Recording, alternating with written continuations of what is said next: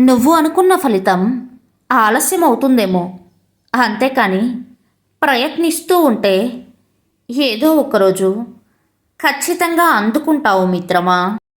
రుణం తీరిపోతే ఏ బంధమైనా నిలవదు.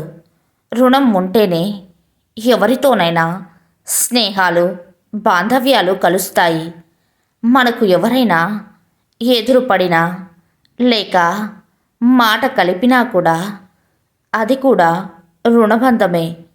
రుణబంధం అనేది లేకుంటే ఎవరిని కలలో కూడా మనం చూడలేము. ఇక రుణం తీరిపోతే ఏ బంధమైనా కూడా ఒక్క క్షణం కూడా మన వద్ద నిలవదు. ఈ రుణబంధం విలువ తెలుసుకొని మసులుకోవాలి. ఏ బంధమైనా వదిలేసినా ఆ బంధం వల్ల బాధ కలిగినా బాధపడకండి, నిందించకండి, వాళ్ళ సంతోషం కోరుకోండి. బంధాలు కల్పించినది కాలగర్భంలో కలిపేసేది శివయ్య అని తెలుసుకోండి నేస్తమా. ఏం మాట్లాడాలో నేర్పేది విద్య, ఎలా మాట్లాడాలో నేర్పేది వృత్తి, ఎంత మాట్లాడాలో నేర్పేది జ్ఞానం, ఎక్కడ ముగించాలో తెలిపేది తెలివి.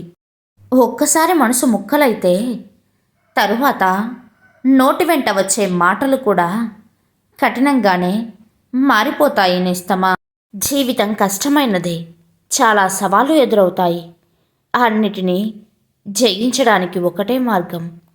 వేర్లు దృఢంగా ఉండాలి, లోతుగా ఉండాలి, చాలా లోతుగా ఉండాలి.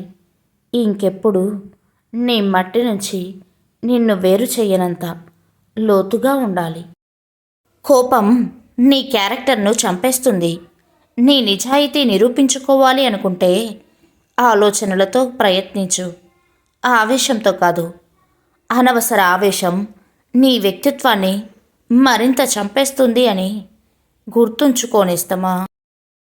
ఓడినా గెలిచినా, పోరాడినా నటించినా చావు పుట్టుకలకు అందరూ ఒకటే. ఊపిరి పోసుకునేది తల్లి గర్భంలోనే, కలిసిపోయేది భూగర్భంలోనే నేస్తమా.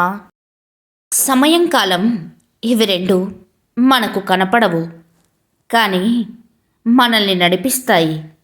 ఇవి చెప్పేది ఒక్కటే, ఆగకు. ఈరోజు పోతే రేపు, రేపు పోతే ఎల్లుండి, కానీ ఈ లోపల నువ్వు మారిపోతే ఒకరి కన్నీళ్లను పణంగా పెట్టి పొందిన ఆనందానికి ఖచ్చితంగా కర్మఫలితం ఉంటుంది. ఎప్పటికైనా అనుభవించక తప్పదు నేస్తమా.